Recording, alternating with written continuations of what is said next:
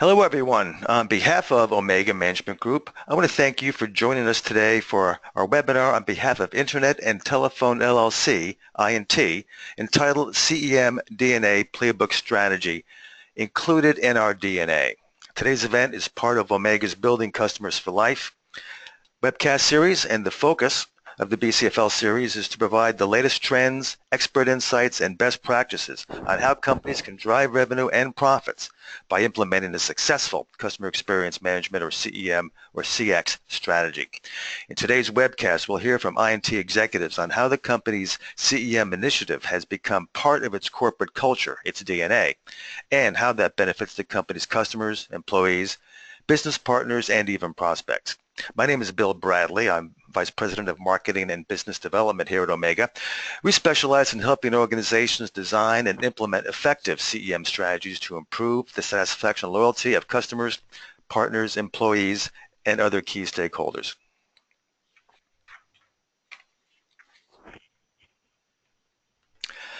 I'm pleased to introduce our featured speakers today from Internet and Telephone. Paul Sissel, President and CEO. Pete Peterson, Vice President of Sales, MJ Shore, Chief Technology Officer, and Zach Leffler, Marketing Manager. And I just briefly want to give you a little background on each of these gentlemen. They're pretty exciting characters. Paul Sissel has 25 years of high-level telecom and electronics experience. He's an integrated services expert. In 1988, Paul purchased Atlantic Connections, and within a year, he doubled revenue. After selling to Choice One Communications, he served as New England VP, guiding that company through a successful IPO. Previously, Paul served as Senior VP of Sales for Phoenix Network, where he deployed a national fiber optic network and ISP. He began his career at CompuGraphic and Hewlett-Packard. Now, Paul's also known in surfing circles along the Atlantic coast for his hand-shaped surfboards with the Seconic design label and his willingness to surf the chilly New England waves throughout the winter. I got to see that. Paul holds a BS in biology and chemistry from Randolph-Macon College and an MBA in finance from Northeastern University. Pete Peterson has over 20 years of experience in high-level sales and strategic business development. He has developed successful sales programs and sold services to Verizon, Ameritech, PacBell, Quest, and Alltel. Pete has led sales forces for FaxNet, HarvardNet, and Choice One Communications. Under his guidance, FaxNet became the leading supplier of messaging solutions to the telecommunications industry and was acquired by Critical Path in December 1999.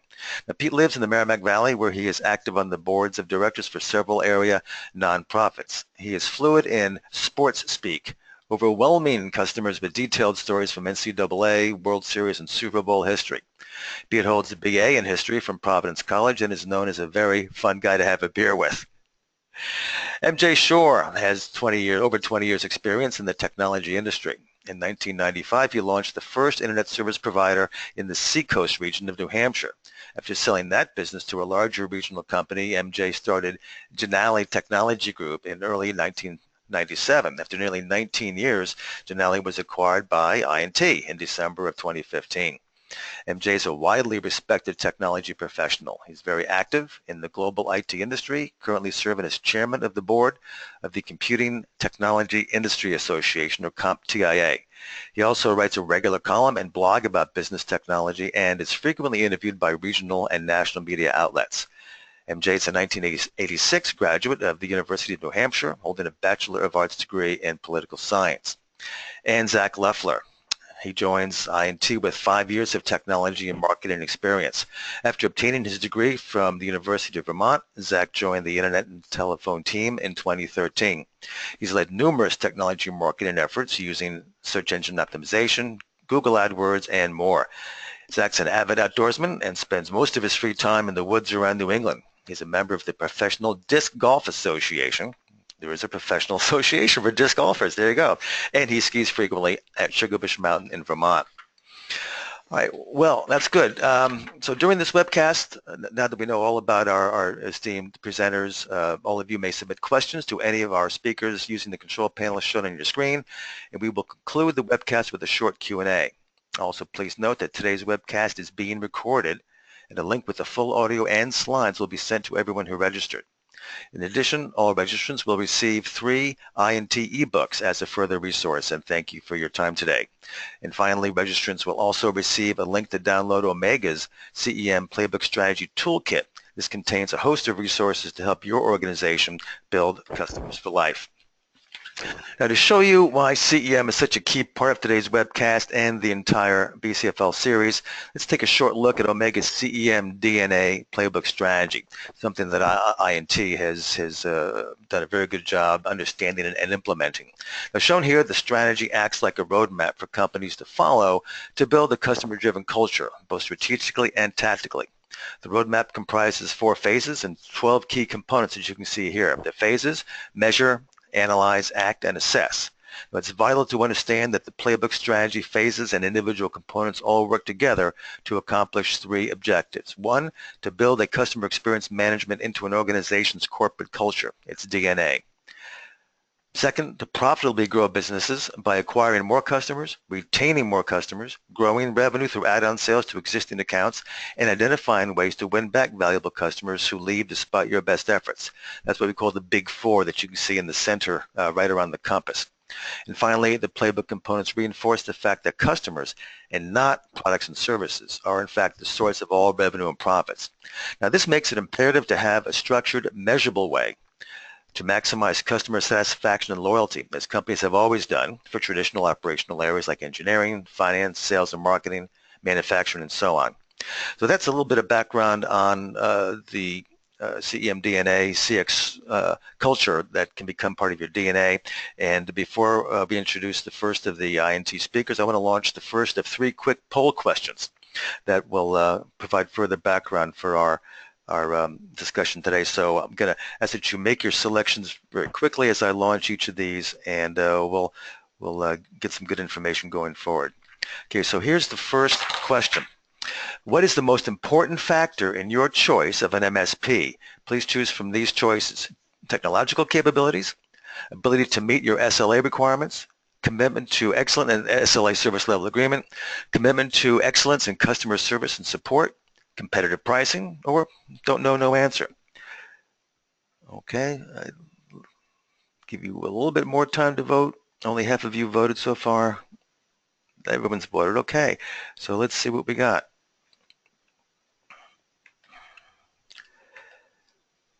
Well, this might be a first. 100% of you say that ability to meet your SLA requirements is by far in fact, the only criteria for choosing an MSP. That's very interesting. Okay.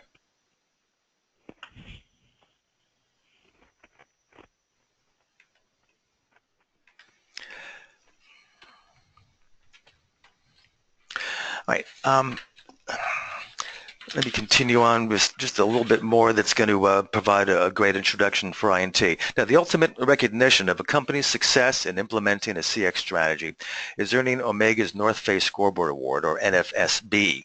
Now in its 17th year in 2016, the award is presented annually to companies who, as rated solely by their own customers, achieved excellence in customer satisfaction and loyalty during the prior calendar year. So you're looking at the official letter sent from Omega to Paul Sissel informing him that INT qualified for the 2015 North Face Scoreboard Award. Remember, it's awarded on a calendar year, so 2015 is the most recent awarding of this distinction. Now, INT is also eligible to earn the award for calendar year 2016. Let me say that a full-size copy of this letter and the document on the following page that I'm going to show next will be sent to you along with everything else that I mentioned. So it's a formal letter that everyone gets who earns the North Face Scoreboard Award. Along with the notification letter, Omega provides its formal auditor's letter. Again, you can't read this, I appreciate that, but this will give you some idea of what you'll be seeing in full. The document affirms that Omega's independent review of customer survey data provided by INT meets Omega's generally accepted survey auditing standards regarding qualifying for the North Face Scoreboard Award. And parts of this auditor's letter will be expanded upon in INT's webcast presentation. So now, without further ado, it gives me great pleasure to introduce Paul Sissel, who will cover the objectives of INT's CX strategy. And hold on, Paul, I'm going to give you the cursor, and you'll be good to go.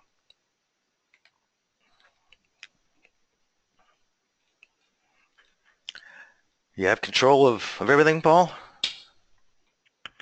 I do not, Dylan. I'm still looking at Yeah. the playbook strategy. Yeah, go ahead and, okay. All righty.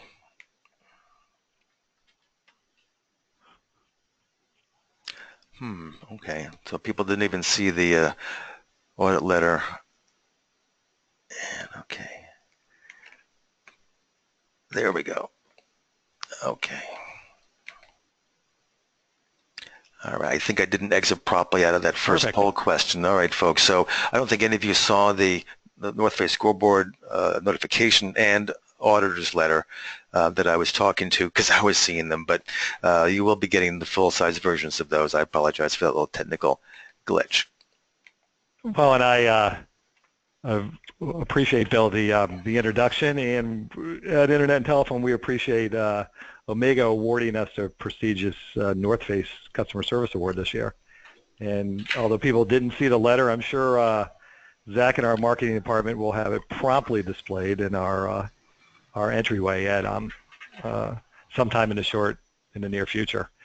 I would like to stress that Internet and Telephone was founded based upon the idea of first-class customer service. As the bios stated, I've spent 35 years in telecommunications and the high-tech industry. Pete spent about 28 so far. And Pete and I and MJ, who's on this call, have all known each other and worked with each other as customers of each other for the past 23 years. And both Pete and I have grown with large organizations. And the thing that we kept talking about whenever we would see each other at industry events is as we grow, we're traveling all the time. We're not able to add back to our communities. We're not seeing our families. And wouldn't it be great to just have a company that focused in our backyard, that we were able to provide first-class service in voice and data technology to help those customers grow. So in 2001, well, let me go back to 99 while I was with another company. I would occasionally walk through the call center and hear one of 200 technicians trying to help a customer who I brought on board, but totally butchering the call. And I would grab the phone from them and talk to the customer and get them in the right direction for a solution for that call. And that was the premise upon building Internet and Telephone, that we would provide first-class service for our customers' voice and data needs. And the company was founded for first-class service. Pete will talk a little bit about our three tenets of people and tools and process. A little bit about what I'm going to talk about is the process itself. And I don't seem to be able to afford this. Now I can do this. So first of all, what's first class? What do we see first class as? It's really what everybody on this call saw. 100% said that they want their SLAs met. They want to talk to somebody on the phone, understand that we understand their problems and that we fix their problems in a timely manner. We want to treat every incident as it's the most important thing in the world at that point in time, because it certainly is to you, our customers. We have developed processes that about 70% of the issues that we hear on a day in and day out basis are fairly common. Forgotten password, unable to get to a printer. So we've developed standard templates and runbooks internally to help our technicians to get to solutions as quickly as possible.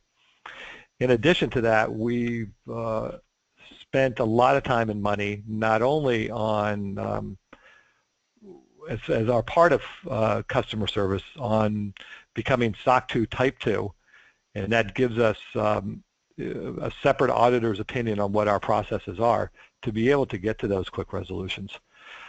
One of the key measures that we look at in our help desk is first touch resolution. We don't want our customers to be frustrated. We want a technician to be able to answer the phone, understand the customer's problem pretty darn quickly, understand whether they're the one who can fix it and fix it immediately, or be able to escalate that to somebody who is more appropriate to fix that problem. So we look at first touch resolution as well as a multitude of other key performance indicators for somebody who comes into our network operations center. You'll see that we actually have some tools that compare our technicians in real time to over 30,000 other technicians who use the same tools that we do, and how we stack up against those people at those times. In addition to that, we look at surveys daily, customer surveys, to find out, if we're handling incidents appropriately, et cetera. One of the items that we try to focus on is being proactive, making sure that we are doing the patches and and looking for scanning for malware and antivirus programs, and being proactive in training our customers what to look for malware and ransomware, et cetera. And then also communicate often with the customer, not only through each ticket, but through marketing, through our marketing newsletter, and letting our customers know, what we are seeing in the industry, especially as ransomware has become more prevalent as of late. One of our other, what we consider secret sauces, and is our onboarding process and overall our customer life cycle. We've actually copywritten this first-class life cycle. So a lot of IT companies will focus on the sales side, and will bring in as many sales as they can, as the sales force can generate that month. But from our beginning, the most important thing to us was serving the existing customers that we have, serving them as best as we can in a first-class manner. And once we know we can do that, then continue to bring on customers in a controlled manner.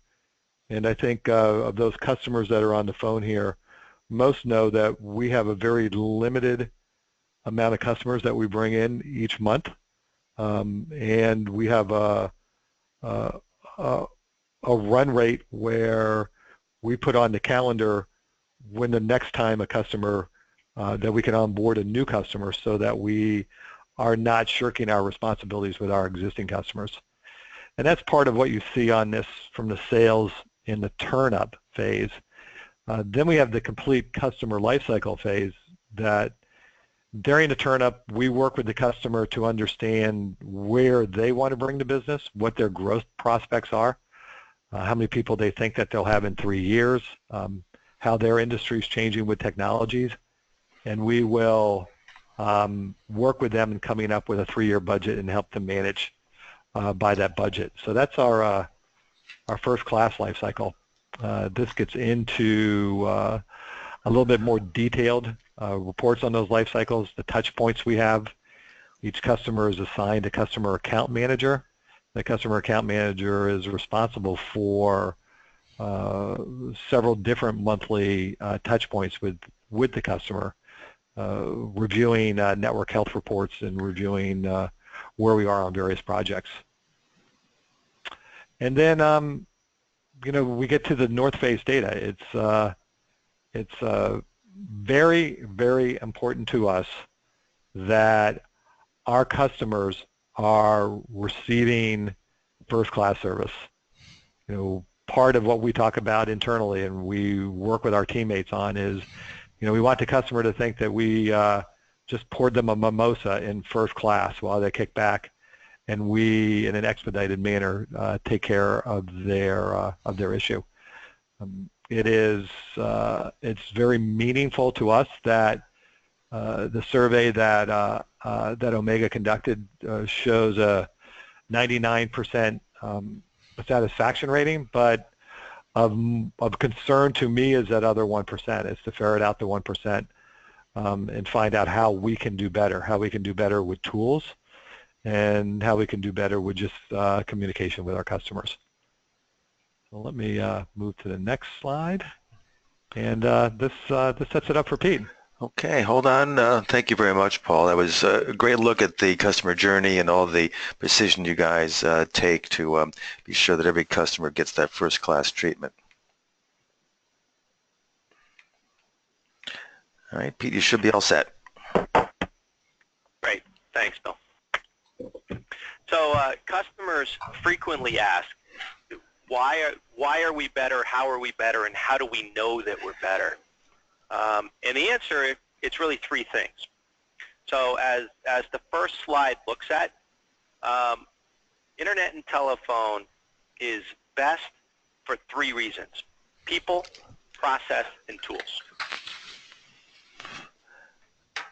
Okay, we're not seeing that slide there, Pete. We're still on your title slide.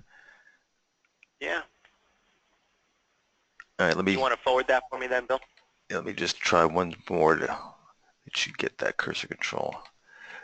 All right, you should be all set now. I see your cursor moving. There you go. Oh, they're going back. There we go. Okay. Got it. Got it.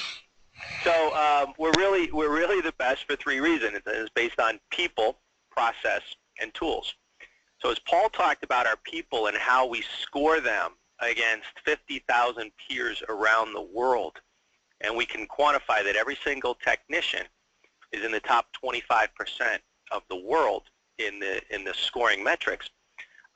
We also have a great hiring and training process. So we hire for attitude, and we train for aptitude. And that, in addition to our ongoing training, allows us to confirm that our team is always the best technical support for our clients. So our people have experience, and they have great attitudes, but they also are certified on every piece of technology that we support for clients. So it's not enough to just have experience. You know, if you've ever looked under the hood of a 1985 Toyota, it bears very little resemblance to today's modern car engine. So you want someone who has experience. It'd be great to find someone with 30, 31 years of automobile experience, but you want them to be up to date on everything they need to know in terms of safety, security, and the same thing holds true for IT. So we've got great people. The underpinnings of our success is the process that we follow for all of the things we do for clients. Everything in internet and telephone, every ticket that comes in, every service we seek to begin for a client, all begins with a process. And this makes a lot of sense for our clients who are engineering firms. It makes a lot of sense for our clients who are architects and bankers. But it's a little unusual because a lot of technical people, a lot of IT people tend to wing it. And they tend to have a hero complex. And by following our process and following our training, our people are able to quickly identify an issue and immediately reach a resolution, or at least a plan to resolution. And then the third underpinning is our tools. And our tools are as good as any companies in the entire world. We've invested more heavily in tool sets than anyone else in the region, and it lets us stand head and shoulders above the others. And we've had some people say to us recently that it was a huge relief to come to internet and telephone. And again, the people at the other firm were probably okay, and they certainly didn't have processes like we did. But the tools are one of the things that separate them, because nobody wakes up in the morning and says, I want to go to my job and do a really bad job for my customers. What frequently happens is, with the very best of intentions, they sit down as a technical support person, and they just don't have the tools or the training to help the people on the other end of the phone. That never happens at internet and telephone. We have the great people, we have the great process, and the tools and training allow us to prove it to our clients every day of the week. So what has that let us build? What has that helped us serve? Well, in addition to being built for growth, it's allowed us to service over 600 business customers with over 6,500 computers and servers, both premise-based, cloud-based, and are in our own co-location for them. We've installed and we manage over 10,000 telephones, which we now call endpoints. We have cloud solutions, and we have premise and hybrid solutions from Cisco and Avaya. We host lots of websites, and we help our clients communicate both via email with zillions a day and over 20 million minutes of telecommunications verbal talk every single month. And we also have our own team installing cable and fiber with over 1 million feet of cable and over 50,000 feet of fiber every year. So how are we set up to support our clients? And the answer is we're set up where the clients are. Our main network operations is located in the Merrimack Valley, currently in Methuen, and soon to relocate to a brand new custom-built network center in North Andover. We have a New Hampshire office at the Pease Tradeport, and we're in Boston at 1 Summer Street at New England's premier co-location facility.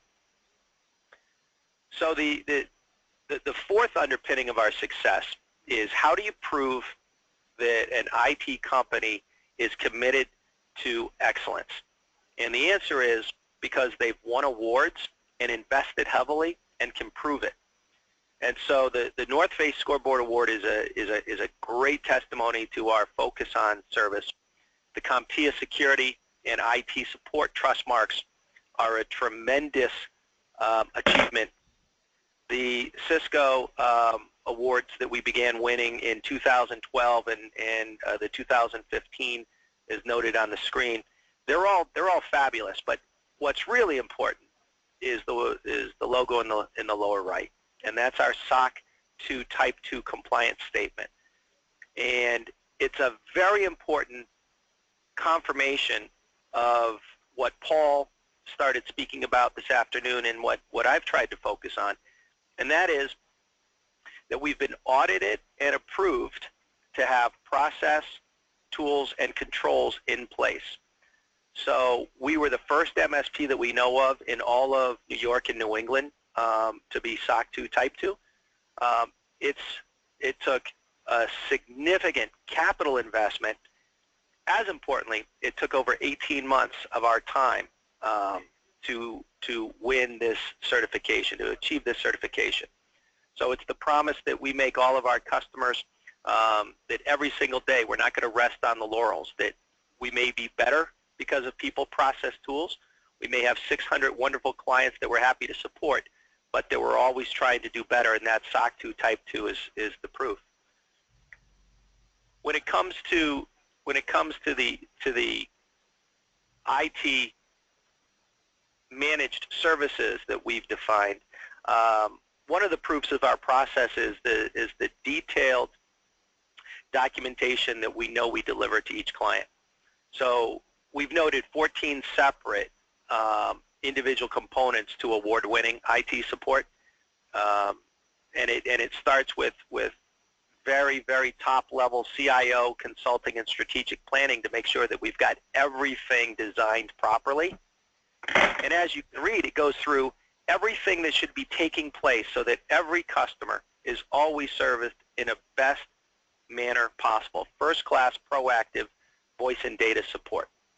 And included in that, if you look at number 14, it's not just backing up data for our clients. It's proving that we've backed up the data, meaning that we've attempted and succeeded in restoring a file on a regular basis, a folder on a regular basis, and help the client avoid disaster by proving that our backups are in place. And then for some people, we become the only phone call their entire company needs to know. If they have a problem with internet, with email, with their computing needs, if they have a problem with a phone or any other form of communications, we are one contact and a single company to support all of their communications needs.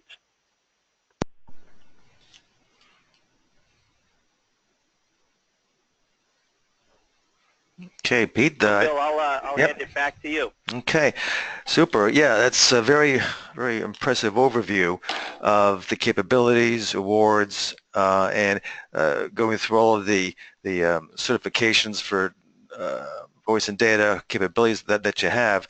It's interesting that all of those things really are customer facing. It's easy to think of IT as being an internal operation only, but especially in your business as an MSP, you're responsible for service level agreement fulfillment and all that technology and capabilities and knock centers and all that. As certified as they may be, the fact that they are called upon to ensure optimum customer experience and availability as often as possible, it just shows how tightly related the worlds of technology and customer sat loyalty they really are. So thank you very much for drawing those parallels. So, we talked about this last year, but if you look at technology and in each of our clients today, and you ask them, does technology become more or less important to you 5 or 10 years down the road? Every single client says technology is more important to their business success. Mm-hmm. So these things that we talked about that are important today become even more important for each one of our customers down the road. Oh, sure. Increasingly, business is cloud-based, and having that availability, having those links open, sessions open, making sure your data is secure and not vulnerable to hacking or anyone else being able to access your sensitive data on a cloud platform. People take things for granted. You know, we take dial tone for granted. We take internet availability and dial tone and all those other things for granted, and those are IT concerns, but they're also, that's the way we interact with customers. And if there's a mass blackout of voice or data, customers don't view that as a act of God kind of risk. They think that, oh gosh, the source company I'm trying to contact with is having operational problems. They must be not very reliable. I'm going to go to somebody else. You know, so you have to head off those kinds of incidents whenever you can, and I think you've shown how tuned you guys are at making sure that customers don't get those unpleasant surprises. Very good. All right, let me just give MJ control of his cursor, and he'll be able to go through his slides. MJ, an inside look at award-winning customer service or customer experience. Thanks, Bill. Yeah, so speaking on SLAs, I think one of the critical things that we bring to the table is transparency and an easy way for our customers to know that we are delivering on what we promised from that experience, and so that goes beyond just how quickly you answer the phone and solve a problem, but it goes much deeper than that. So when we look at this, there we go. One of the key things that we do is a very, very comprehensive, what we call onboarding process. And what that culminates with is a review of our findings and what we call a remediation report. And what we do there is we work with our customers to look at their entire infrastructure and look at things from a physical level, from an experience perspective, user experience, environmental, just a whole range of different perspectives by which we look at what the customer is experiencing currently, and then we back that into our best practice standards that we know from years of experience are the right way to address different elements of the infrastructure to provide the most stable and efficient infrastructure for our customers to do their business. And so that leads to a remediation report where we identify the areas where they're doing well, and we use a very simple methodology of pass-fail, and we show them where they pass and we show them where they fail, and we talk with them about the importance of those areas where they're both doing well and failing, and then we help them identify a budget priority to those areas that are of concern to fill any holes that might exist in that infrastructure to give them that highly available, stable, efficient environment. So part of that process involves documenting the network and identifying all the devices that live out there, even the ones that the customers themselves may not know about, and producing maps of the network, details even down to the physical cable layer to make sure that even the smallest component of that foundation is as rock solid as it can be. And then we also do this on a recurring monthly basis, and so we provide our customers with a very detailed, interactive monthly executive summary report. And so in looking at that, we assign an overall health score to the network based on some custom algorithms that we've developed that look at different elements of the network, be it uptime, was there any downtime experienced during the month, are all of the important patches that are available installed on the customer's network, how their disk utilization is, do they have any obsolete or aging hardware or software that could pose security risks, and we deliver this in a interactive and we feel highly intuitive report based on gauges like this that show you a score and then show you a scale so that you understand how the score is calculated. And many of these elements, what we call gauges in these reports, are interactive and you can drill into them to see even more data. So when a customer looks at our reports, they might see simple graphs like this that show the distribution of different operating systems they have in their network, or the state of patching, how many computers are fully patched, how many are missing a small number of patches or a large number of patches. And again, these elements can be drilled into so that the customer can see exactly what we're doing for them on an ongoing basis. We can look at things like disk space to know, to keep track of different disks that are nearing their utilization. Does that indicate we need to do some archiving of data? Again, just overall snapshots of the health of the customer network. And we even bring it down to looking at the number of tickets that they've opened for support during the month. So we may look at things by categorization, looking at how many support issues have been around a particular piece of software, or is it related to their phone system versus email. And again, the customer can drill into these elements to see where these tickets are coming from, and we work collaboratively with our customers to ensure they have the best possible experience to help them identify sometimes what may seem to be a technology problem may actually be a user training issue, and that we just need to help the customer get a user or certain number of users better trained on a given piece of software to help them be more efficient. And then we actively survey. We constantly survey our customers on every single issue that we help them with, what we call tickets, every ticket that comes in. And our goal is to have 100% on a monthly basis. We want to have high net promoter scores where customers are happy with the service that they've received from us, and that really becomes an underpinning to how we were able to achieve the North Face Scoreboard Award.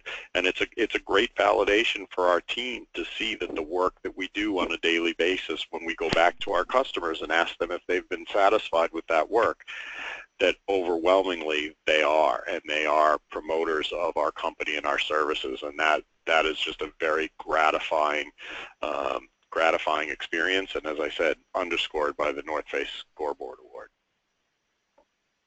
I think now I hand it over to Zach to talk a little bit more about how we brand our customer experience. Yeah, no, I'm going to interrupt before Zach starts with our second poll question. That's okay, but I wanted Sorry about that. That's okay. I wanted to commend MJ on his overview of the reporting.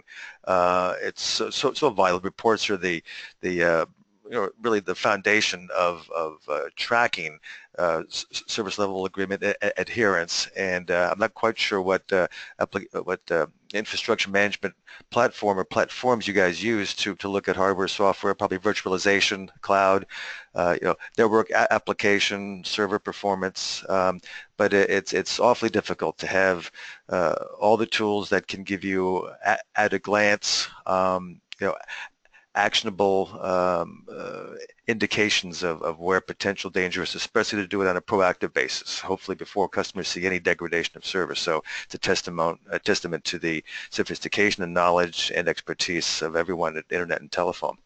So our second poll question is going to build a little bit on the first one. So let's go ahead and take a look at this one. I'm going to ask everyone make your choices right now. How important is advanced technology in your ability to deliver a superior customer experience? Critical to customer experience, or CEM? Necessary to remain competitive? Our customers expect nothing less? Or maybe only some customers really need the latest and greatest, so there's a danger of maybe overinvesting, or don't know, no answer. Let's go ahead and complete fulfilling these questions. 2/3 of you have voted.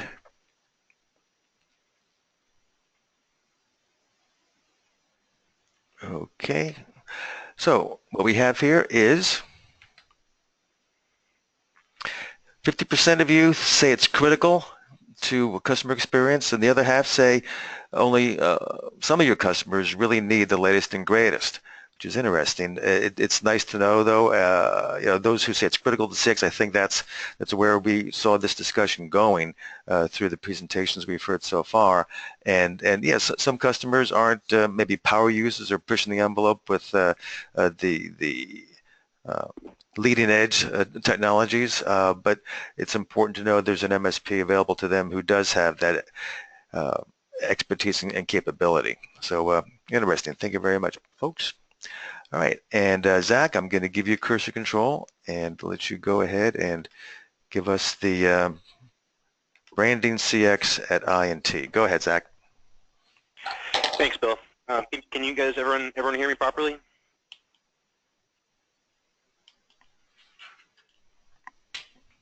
Can you hear me, Bill? Yeah, you're coming through loud and clear. Okay, perfect. Okay, so yeah, I'll just go through a little bit about what we do in terms of marketing at INT. And one of the interesting things that I found when I started working here is that not only is marketing's role to pursue new customers and help us, grow the business, but it's also to make sure that we're properly providing information to our customers. Because Internet and Telephone provides sometimes for some customers their entire IT department, part of our role is to make sure that those customers understand the latest in technology. Because the industry is changing so quickly, part of the role of the IT staff at any business is to make sure that that business knows what's available and knows what's going on in the industry, knows what the latest threats are to them, and to make sure that they know if there's any new technology out there that might be a benefit to their business. So not only is my role to help us to bring in new customers, but it's also to make sure that our customers that we already have are being provided with information and being provided with the types of information that a traditional in-house IT staff would provide. So part of that. Hey, Bill, can you give me my control of the slides?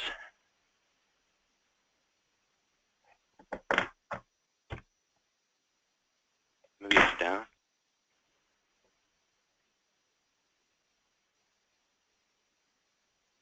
There we go.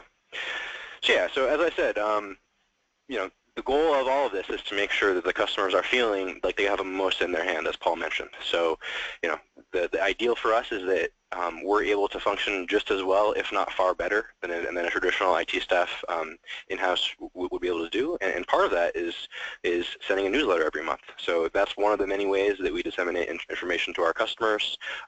We'll let people know about the latest threats. We'll show people, the latest things that people are talking about in the industry, and provide just a little perspective on what we think, on where we think the industry is going, and what the new things to be thinking about are, regardless of the business that you run.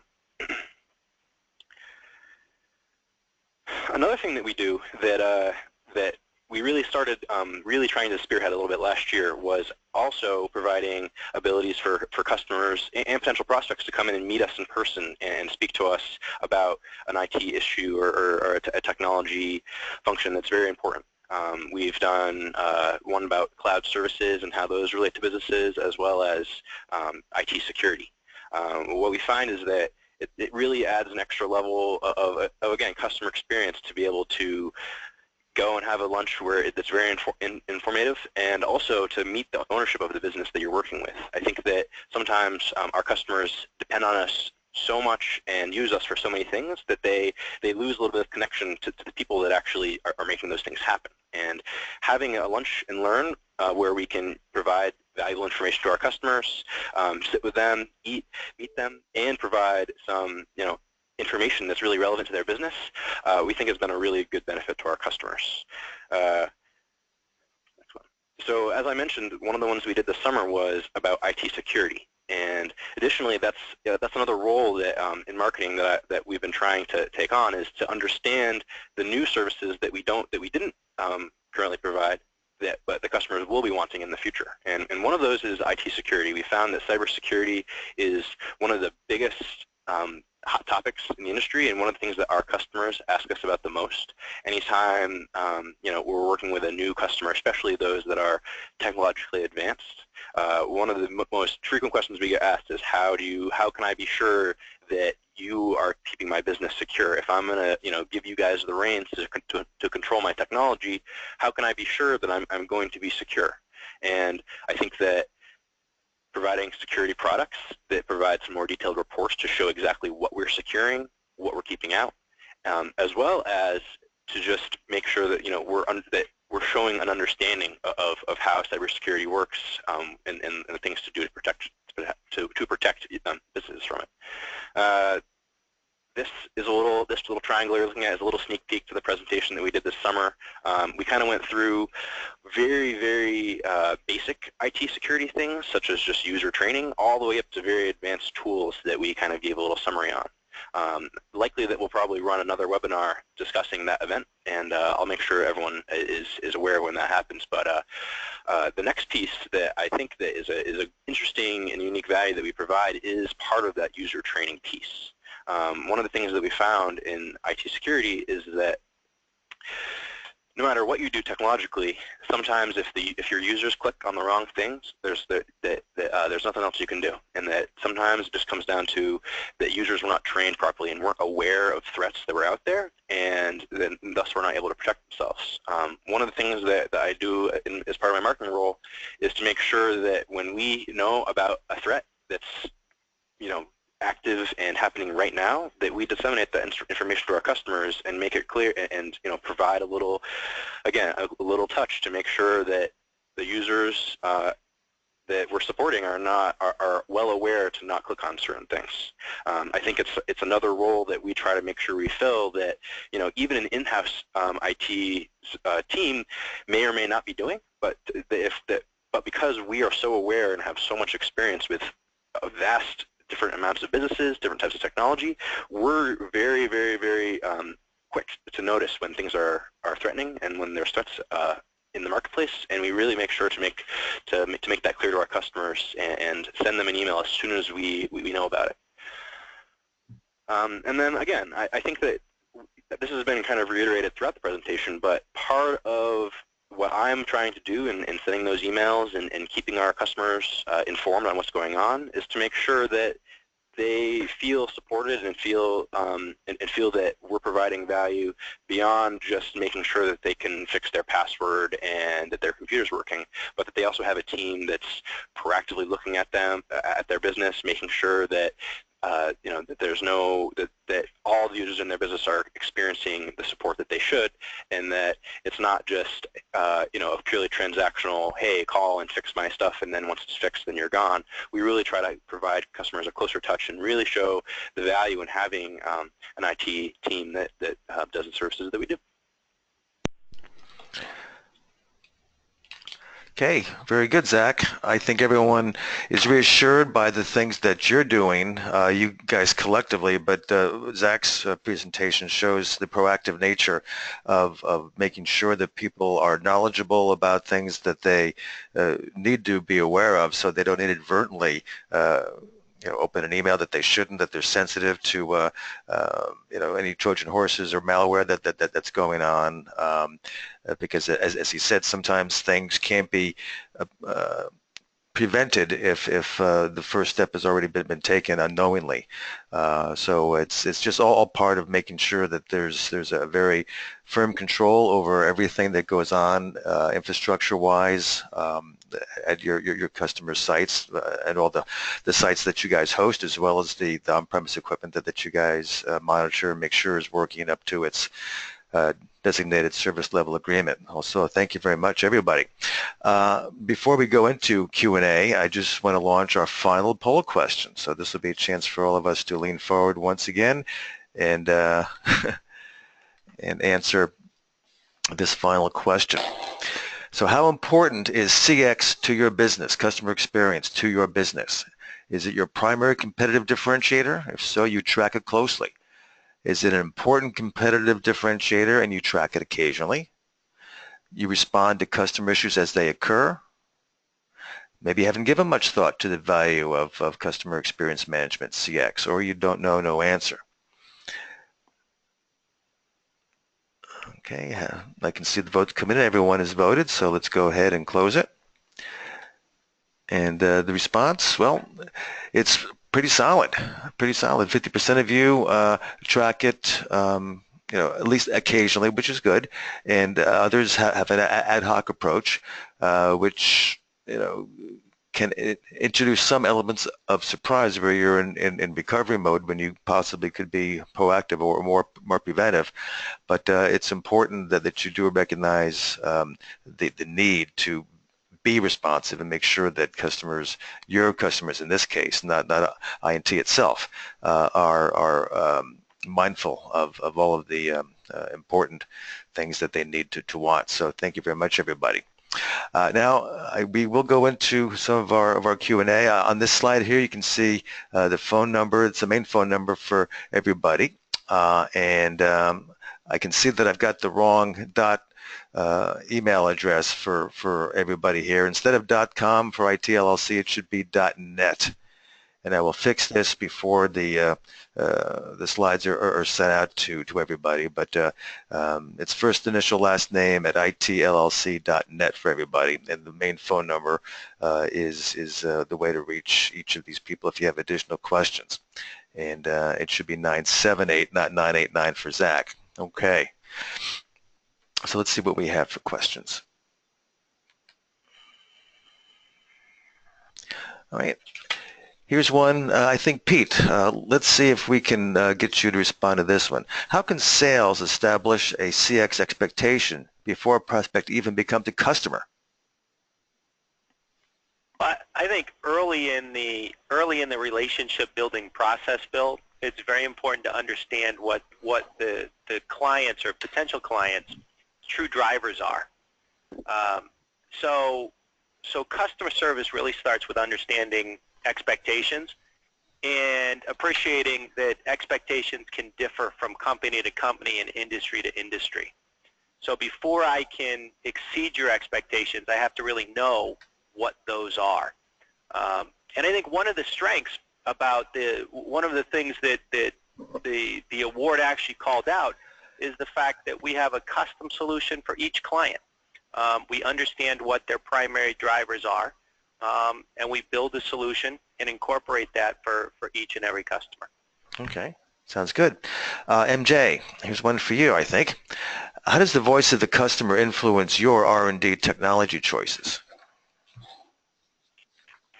Well, that's a fairly significant influence in that we're constantly looking at things from the perspective of not just where we think technology is going and what we think are valuable technologies, but also what's important for our customers. So, as it relates to the tools and the sort of behind the scenes things that we do, that's all focused on delivering the optimal customer experience. So they certainly do have influence, though interestingly, I would say that a minority of our customers actually tend to ask for input in that area. Ultimately for them, it's all about the experience. How that experience is delivered is not always a forefront element in those conversations. Okay.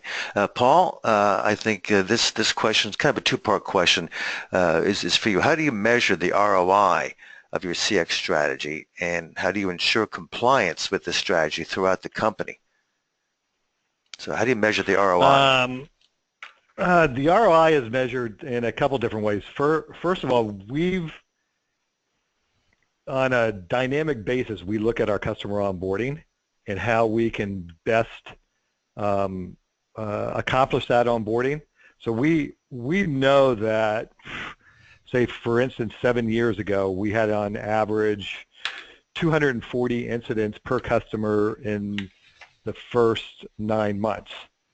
We know now on average we have about 120 incidents, or half of that, during the first 9 months. So that clearly measures ROI to us internally, the amount of time that, assuming we spend the same amount of time, about an hour per incident, so we've saved that internally, as well as the customer has saved that time. The second part of that question was? How do you ensure compliance with the CX strategy and standards throughout the company? We beat everybody heavily. Until performance improves, the beatings will continue, huh? Exactly.